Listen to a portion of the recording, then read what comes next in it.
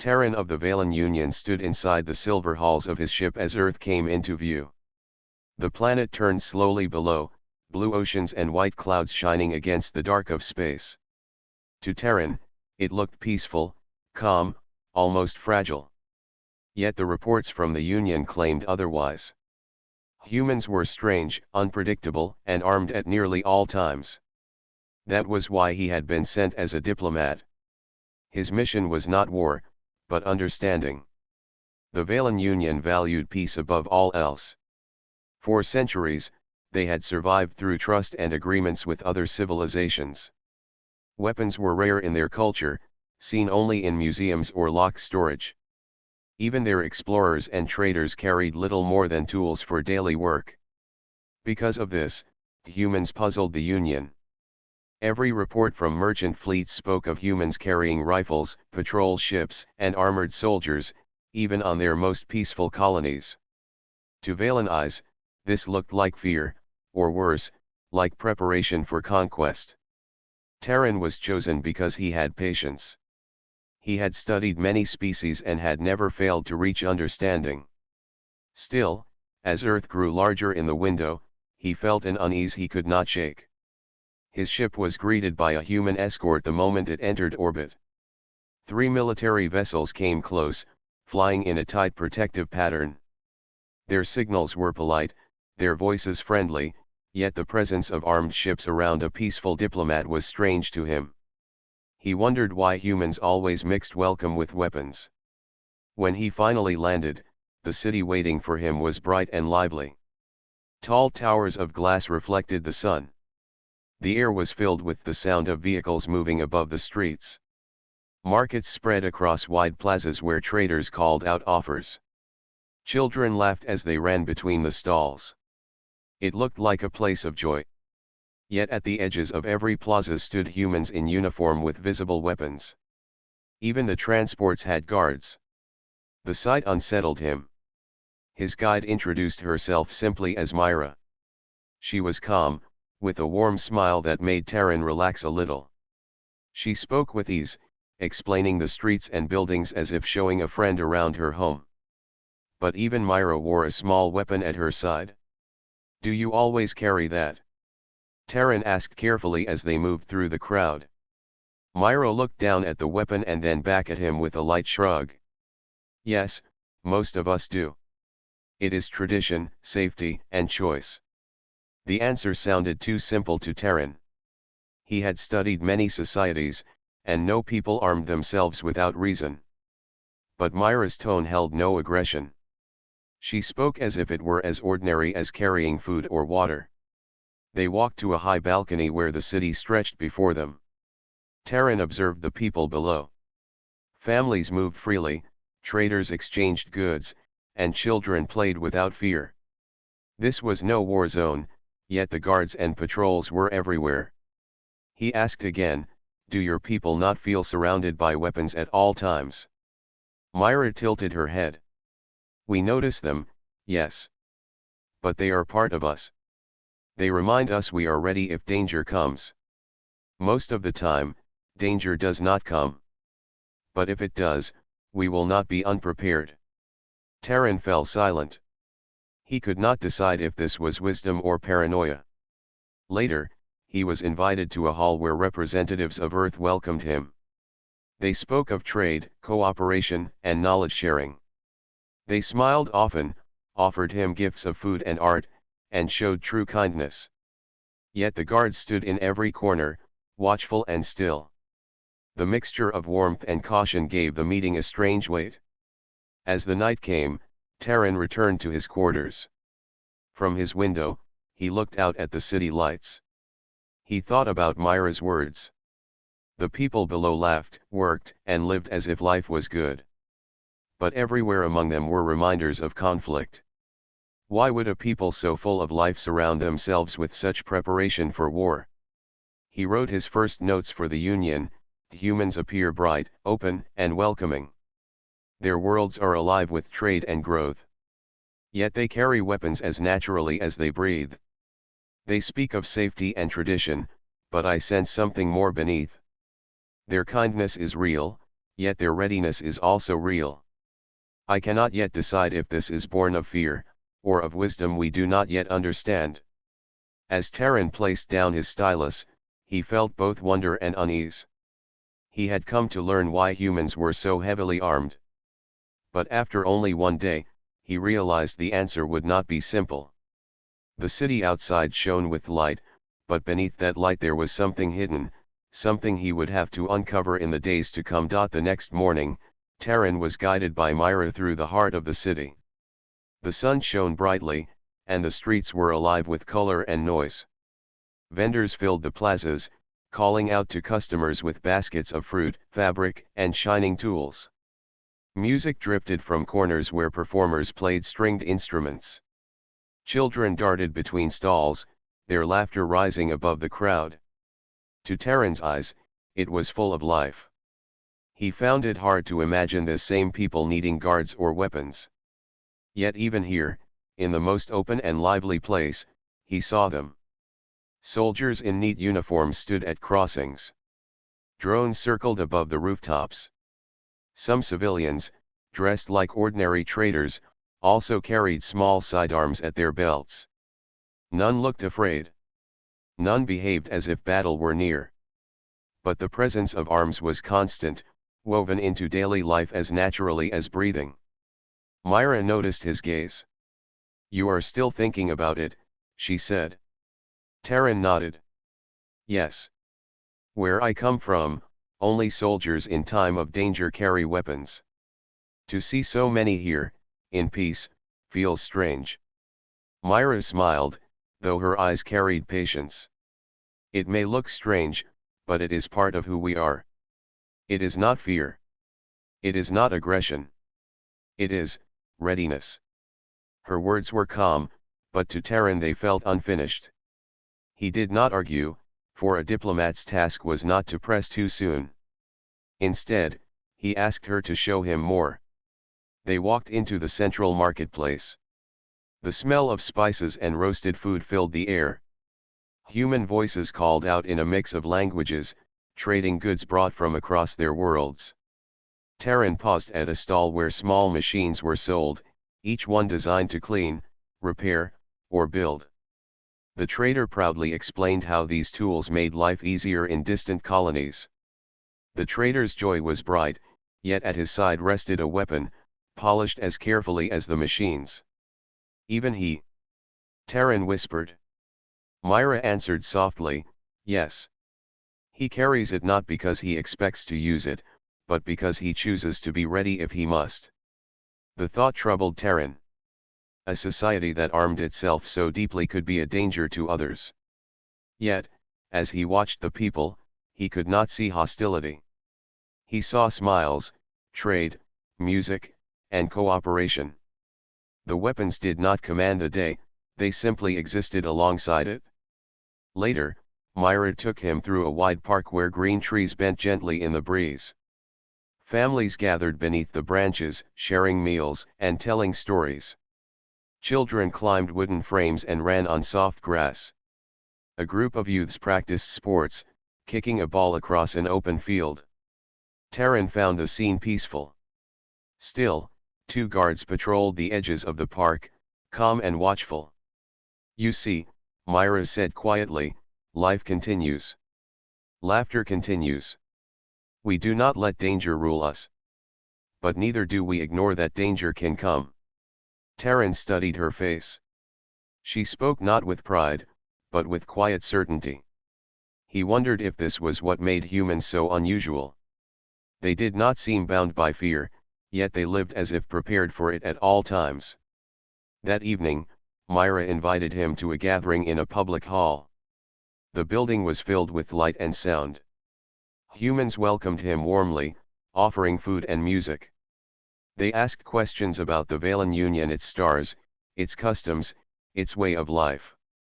Terran answered with patience, and in return he learned about them. He heard tales of distant colonies, of explorers crossing unknown space, of families building lives in harsh places. Every story was full of challenge, yet also of hope. During the meal, Terran noticed again the presence of weapons. Guards stood along the walls, but even some guests carried their own arms. The atmosphere, however, was not tense. Laughter rose freely, cups were raised in toasts, and the hall rang with songs. Terran felt himself torn between what his eyes saw and what his heart felt. When the gathering ended, Myra walked with him back to his quarters. Night had settled over the city, and lights sparkled across the skyline. Air vehicles hummed quietly above. Terran looked around once more, then asked, "Myra, do your people not grow tired of always carrying this weight? Do you not wish to set down the arms and lie free of them?" Myra paused. She did not answer quickly. At last, she said, "We wish for peace, more than you know. But peace without strength is only a wish, not a promise. Long ago, we learned that." Her words stayed with Terran as he lay down to rest. He tried to imagine a life where every citizen, every family, chose to live armed. In his world, it would have been seen as a sign of distrust, even madness. Yet here, it was not madness. It was normal, as much a part of human life as breath or heartbeat. Terran began to write his second note to the Union. The humans live in cities of light and joy. They share openly, laugh freely, and welcome strangers with warmth. Yet among this peace, arms are always present. They do not see it as burden, but as duty. They claim it is not fear but readiness. I believe they speak the truth, but I also feel there is a deeper story, not yet told. I must look further. He closed his notes and looked out the window at the city. For the first time, he felt not only curiosity but also respect. The humans carried weight, yet they smiled. They bore arms, yet they sang. And somewhere beneath this balance lay the answer he had come to find. The following day, Myra told Terran they would visit a place that might help him understand more about her people. The vehicle carried them through the city until they reached a wide building of stone and glass.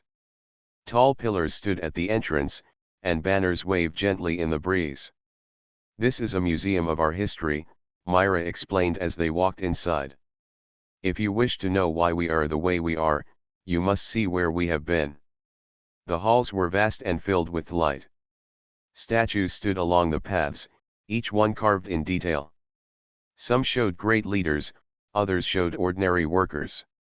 On the walls, images stretched in long panels, telling stories of past ages.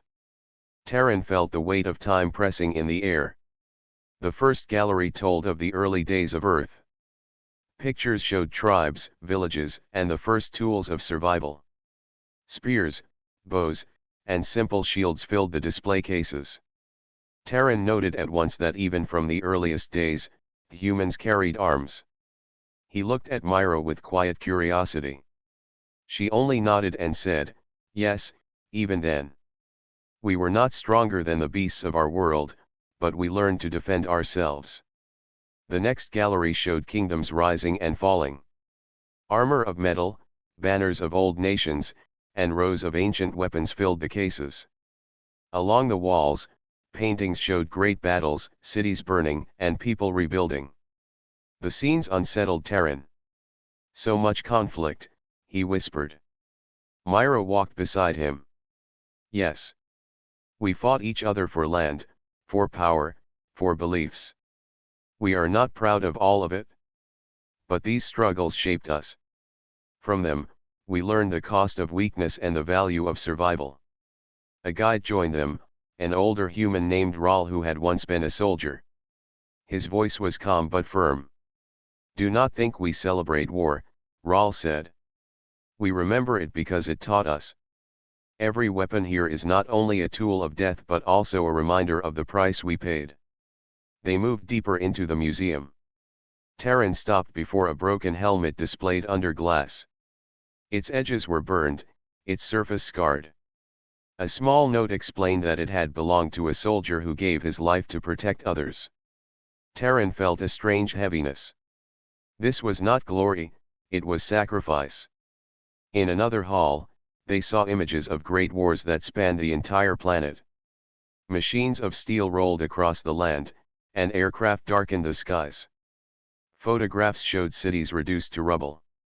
Yet beside these images were others, people helping one another among ruins, children carried to safety, neighbors rebuilding homes together. Terran spoke softly. Your history is full of pain.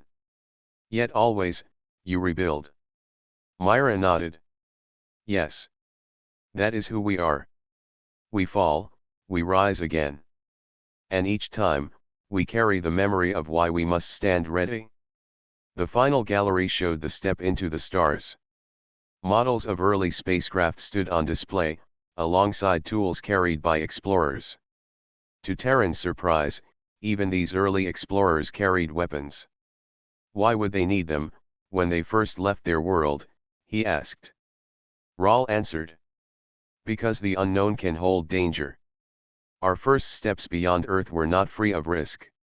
Some threats were natural, others came from our own kind. The lesson never left us hope for peace, but prepare for hardship. Terran listened, but still struggled to accept. For the Valen Union, history was about progress and the gentle growth of knowledge. To them, weapons had become relics of a darker past. For humans, weapons seemed always present, not as pride but as memory. At the end of the tour, they reached a quiet chamber. The walls here held no paintings of battles.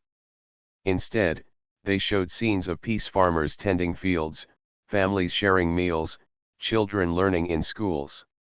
At the center stood a simple stone with words carved deep into it, we carry arms not to destroy, but to endure. We do not forget, for forgetting invites the same pain again. Terran stood silently before the stone. He felt his thoughts turning. Perhaps this was the answer he had been seeking. Humans were not armed because they longed for war. They were armed because history had taught them that danger always returned. As they left the museum, Terran wrote another note for his report. Humans are shaped by struggle. Their past is filled with conflict, yet also with recovery. They do not carry weapons to glorify the past, but to protect the future. They believe peace is fragile unless guarded. I begin to see that their arms are not signs of cruelty, but of memory and duty. Walking out into the bright day, Terran looked once more at the people in the streets. He saw not just guards and patrols, but families smiling, traders shouting, and workers building. The weapons had not silenced joy, they had grown beside it. For the first time, Terran felt a glimmer of respect. Perhaps there was wisdom in this human way. He still had much to learn, but now he understood this truth. To know why humans were so heavily armed, he would have to see not only their weapons, but their spirit that carried them. Days later, Terran left Earth with Myra and a small group of humans. Their ship rose into the dark sky and passed beyond the clouds. Stars stretched endless before him, and for the first time since his arrival, Terran felt he was about to see the human spirit in its true home, the frontier. The vessel was not large, but it was strong and built with care.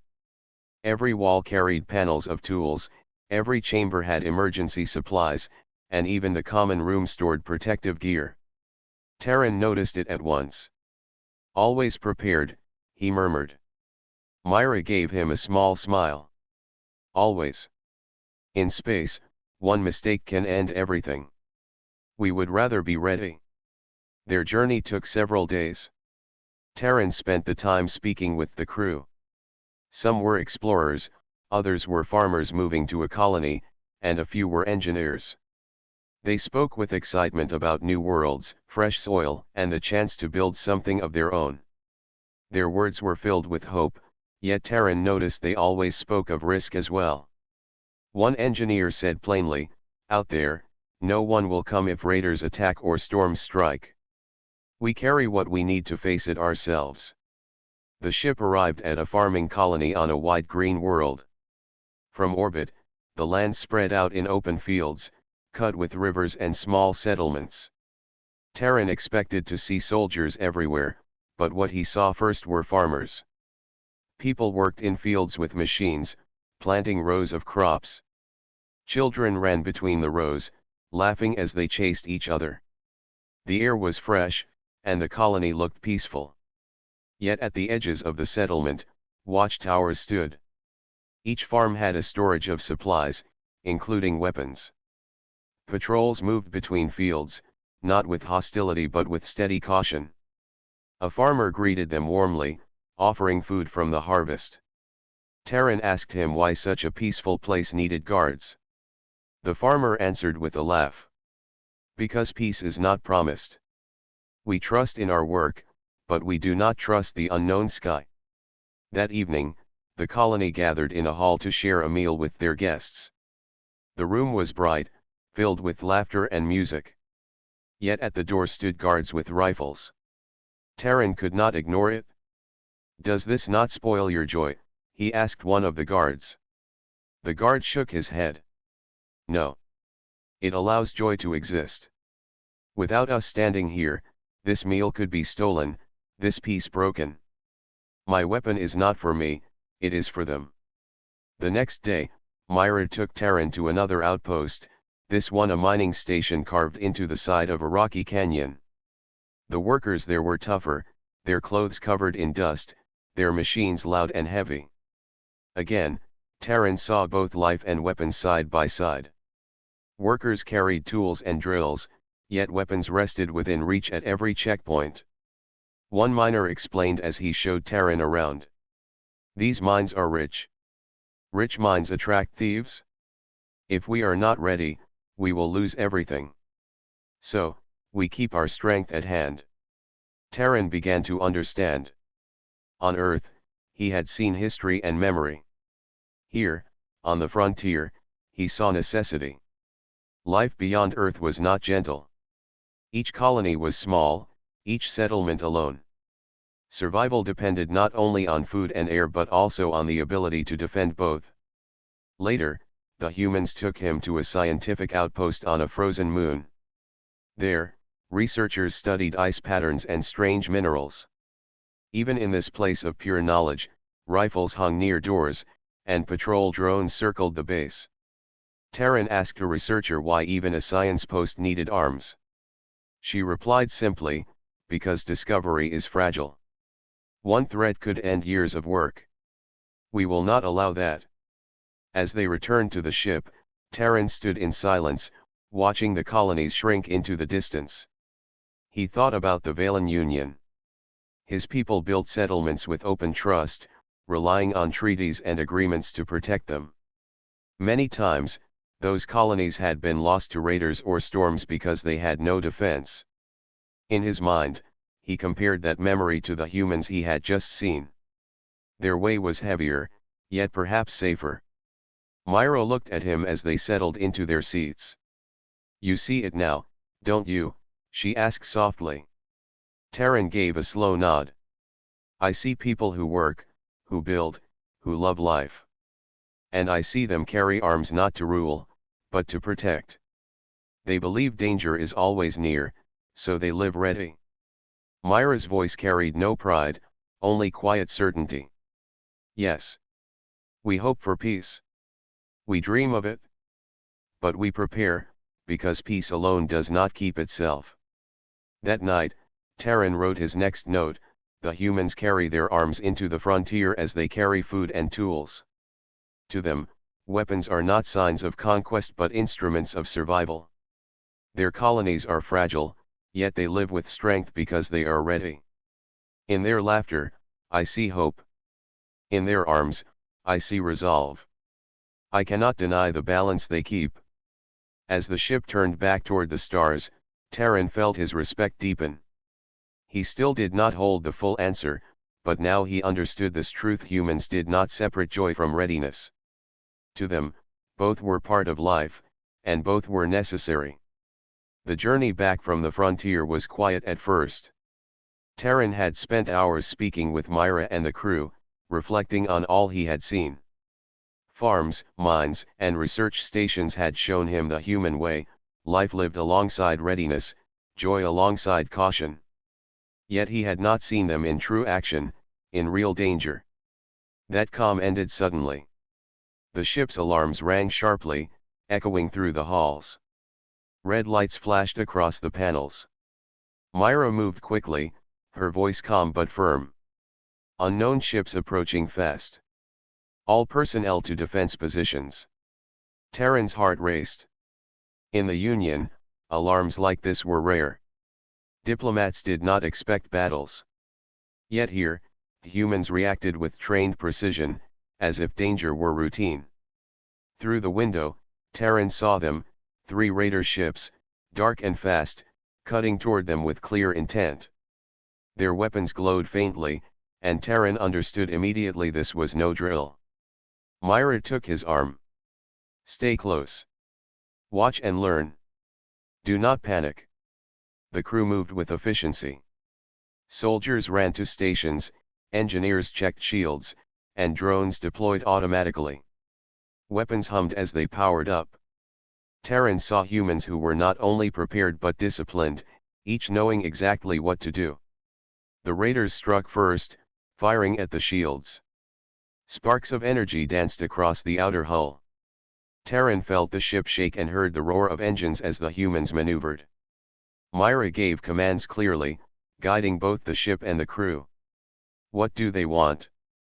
Terran asked, though he already knew. Damage or capture, Myra said. We will not give them either. The humans fought back. Their weapons were precise, not wasteful. Terran saw shields hold under fire, drones intercept projectiles, and small teams board the raider ships to disable them. Every action was deliberate, every strike carefully planned. Terran's mind raced. In the Union, diplomats rarely saw combat up close. Here, the humans fought not for glory but for survival, and for his safety first. One boarding team entered a raider ship to stop it from attacking their main vessel. The humans acted calmly, efficiently, protecting their own lives and Terran's with clear priority. Hours seemed to pass in minutes. The battle tested the humans in every way, yet they did not falter. The raiders tried to overwhelm them, but the humans' coordination and courage kept them one step ahead. Finally, the last raider ship was disabled and drifted harmlessly into space. When the alarm stopped and silence returned, Terran could barely speak. Myra guided him to the observation deck. Outside, stars were calm again, and the damage was minimal thanks to human skill. Terran's heart still pounded, but admiration filled him more than fear. Why fight so hard? Terran asked softly. Why risk life, when peace is possible? Myra's eyes were steady. Because peace is fragile. Because we do not wait for someone else to protect us. We hope for safety, but we prepare for danger. If we did not act, all we built, all we loved, could be lost. Terran thought of the frontier colonies, the miners, the farmers, the children laughing in green fields. All of it could have been destroyed. Yet these humans, with courage and discipline, had defended life itself. He wrote quickly in his journal, humans face danger not with panic but with strategy. Their weapons are not for pride, nor are they for conquest. They are tools to defend life. Today, I witnessed not only skill but care. They protect what they love first, even strangers among them. The strength of humanity is not in aggression but in willpower, courage, and discipline. Later, Myra walked with Terran through the quiet halls of the ship. You understand now, she said. Terran nodded slowly. I understand more than I did before. Their weapons are not proof of warlike nature. They are proof of responsibility. Humans prepare not to harm, but to endure. The crew began repairs, returning to normal routines, yet Terran noticed something else. Even after battle, the humans smiled, joked, and continued their work. The fight had tested them, yet it had not hardened them. Life still mattered, and they still cherished it. That night, Terran looked out the observation window at the stars. The universe was vast, and danger could appear anywhere. Yet he realized something he had not known before. Humans had learned to balance life and readiness. They did not live in fear, nor did they wait for others to save them. They carried their arms and their hope together. Terran whispered to himself, this is why they are armed. Not because they wish to fight, but because they wish to live. And they will fight to ensure they do. For the first time, he felt a deep respect and understanding. Humans were not reckless. They were resilient. Their weapons were symbols not of violence, but of survival, of duty, and of love for life itself. After the battle, the ship moved quietly through space. Terran could still feel the echoes of the fight. His heart slowly calmed, but his mind raced with questions. Myra walked beside him, calm and steady as always. You have seen much now, she said softly. Yet I know you still have questions. Terran nodded. Yes. I see how humans fight, how they protect, and how they prepare. But I still do not fully understand why weapons are everywhere, even in times of peace. Myra led him to a small observation room. Outside, the stars stretched endless and silent. The hum of the ship filled the space. Myra looked at Terran with quiet certainty. Long ago, she began, humans lived in a world where trust could not be assumed. Every settlement, every journey into unknown lands, carried danger. Not all threats were other species. Many were from our own kind. Families, cities, and even nations could be destroyed by those who wished harm. Over time, humans learned a simple truth: if you want to survive, you must be ready to defend yourself. Terran listened carefully. This was more than history, it was philosophy. Myra continued, weapons are tools, yes, but they are more than that. They are reminders. They remind us that life is fragile, that safety is never guaranteed, and that we alone are responsible for the lives of those we love. Terran thought of the frontier colonies, of the farmers, miners, and scientists. Every one of them had carried weapons, not as decoration, but as lifelines. So it is not fear, he said slowly. It is responsibility. Myra nodded. Yes. We carry the weight of our own survival. We hope for peace, but we prepare for danger. We do not wait for anyone else to save us. Not gods, not empires, not fate. Only us. Terran closed his eyes for a moment. He understood now the balance humans held. They did not live in constant worry. They smiled, they laughed, they loved. Yet beneath their joy, there was a readiness born from history and necessity. Their arms were an extension of that balance, a tool to protect the life they cherished. He asked Myra, does this make humans violent? She shook her head. No. Violence is a choice, not a duty. Readiness is a duty, not a choice. We do not wish to harm others. We wish only to survive and protect those we care about. Our weapons are for defense, for life.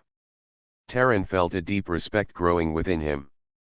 He had seen their history, he had seen their colonies, and he had seen them fight with skill and care. Now he saw the philosophy behind it. The reason humans were armed so heavily was not pride, not conquest, but love for life itself. That night, he wrote a long note to the Union: humans are armed not because they seek to harm, but because they have learned from history that survival is not guaranteed. They carry weapons to protect life, to guard the future, and to ensure that what they love continues. They do not act recklessly, nor do they live in fear. Their weapons are symbols of responsibility, vigilance, and care.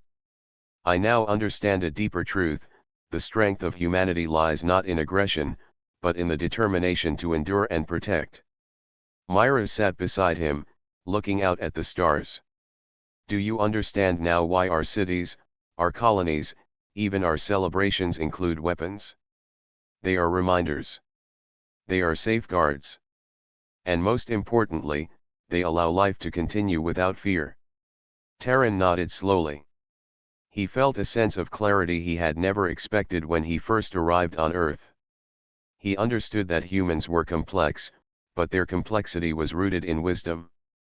Their readiness was a form of intelligence, a careful calculation born of necessity, history, and love. He remembered the children playing in the fields, the miners at their stations, and the scientists studying ice on a frozen moon. All of them lived freely, yet all of them carried readiness. The paradox was no longer a mystery to him. Finally, Myra spoke again. You have seen our battles, our work, our families. You have seen how we live and how we prepare. Always remember this: humans are not armed to conquer, but to endure. That is the truth that guides us. Terran felt a warmth of understanding. The journey had changed him. He had come seeking answers, and now he held them. The weapons, the discipline, the preparation, all of it was part of a larger purpose. Humans valued life so much that they would bear any burden, even the constant presence of arms, to protect it. As he looked out at the stars, Terran whispered to himself, they carry more than weapons. They carry hope, courage, and the will to survive. That is why humans are so heavily armed. That is why they endure. The journey back to the Valen Union was quiet. Terran sat in the observation chamber, looking at the stars passing outside the ship. He thought about everything he had seen on Earth and in the human colonies. Every memory, every lesson, and every battle replayed in his mind. He remembered the cities, full of life and laughter. He remembered the frontier colonies, where farmers and miners lived in harmony with their readiness. He remembered the frozen moon, where scientists studied in peace while standing ready to defend their discoveries. Most of all, he remembered the battle in space, when humans had risked everything to protect life, including his own. Terran had come to understand something profound. Humans were armed not because they desired war, but because they valued life. Every weapon they carried, every patrol, every precaution was an extension of their care for each other. They prepared not to dominate, but to endure. When the ship entered Union space, Terran was greeted by officials and scholars eager for his report. The great hall was filled with dignitaries, their eyes curious and skeptical. Many had seen human ships and weapons in past reports and were puzzled by their abundance. Some feared humans were aggressive or dangerous. Terran began speaking. His voice was calm but firm. I have observed humans for many cycles. I have seen their cities, their colonies, their people at work, and their children at play. I have seen them face real danger.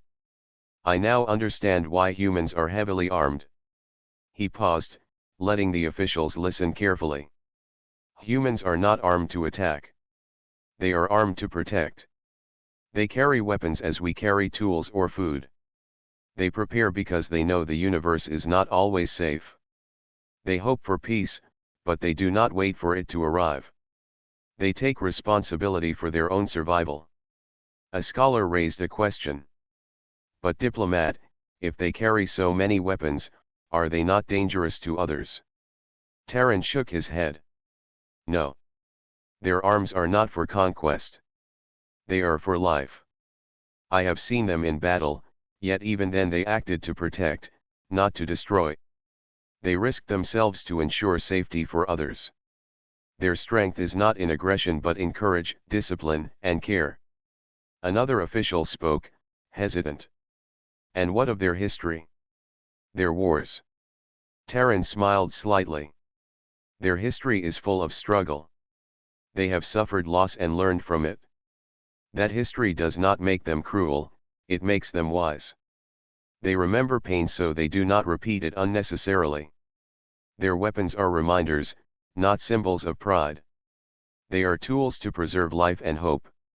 He stepped closer to the council. I have seen humans carry their arms into every part of life: cities, farms, mines, and even scientific outposts. I have seen them face raiders in space and protect life without hesitation. I have seen joy and laughter coexist with readiness. And I have learned this: humans endure because they are armed, but they fight not for power, only for protection. That is the essence of their strength. The room was quiet. Many officials whispered to each other, some nodding in thought. Terran continued, if you wish to understand humanity, do not judge them by the presence of weapons. Judge them by what they protect with them. They are a people who value life, who cherish hope, and who take responsibility for survival. That is why they are armed. That is why they endure. That is why they are remarkable. He stepped back, letting his words settle. For a moment, the great hall seemed still, as if all had realized the truth he had seen for himself. Humans were not reckless warriors. They were thoughtful, brave, and resilient. Their readiness was a reflection of their commitment to life itself. After the report, Terran was invited to a quiet chamber. He closed his eyes and reflected. He remembered Myra's words, we hope for peace, but we prepare, because peace alone does not keep itself. He thought of every smiling child, every farmer, every scientist, every soldier he had met. All of them carried weapons, but none of them carried hatred. All of them carried responsibility, care, and courage. Terran realized that humans represented a balance the Union rarely needed to achieve, the balance of life and readiness, joy and vigilance, hope and responsibility. He understood that their arms were not a burden but a choice to protect, endure, and live fully in a universe that could be dangerous. As he prepared to leave, he made one final note for his own reflection: humans are a people of endurance, care, and courage. Their weapons are not for pride or conquest but for protection and survival. They face danger with discipline and hope. They are armed because they love life and refuse to surrender it. In this, they teach us a lesson: true strength comes not from dominance, but from the determination to endure, protect, and cherish life. That is why humans are remarkable. That is why they are heavily armed, yet deeply humane. Terran looked out one last time at the stars. He felt a quiet admiration and respect. Humanity was not a mystery anymore, it was a lesson. And he knew that the Valen Union, if it listened carefully, could learn from this resilient, hopeful, and courageous species. As he stepped forward to deliver his report officially, Terran felt a sense of peace. The mission was complete. He had sought to understand what lay beneath human weapons, and he had found not aggression, but life, hope, and strength. Humans were armed to survive. Humans were armed to endure. And in that truth, they shone brightly among the stars.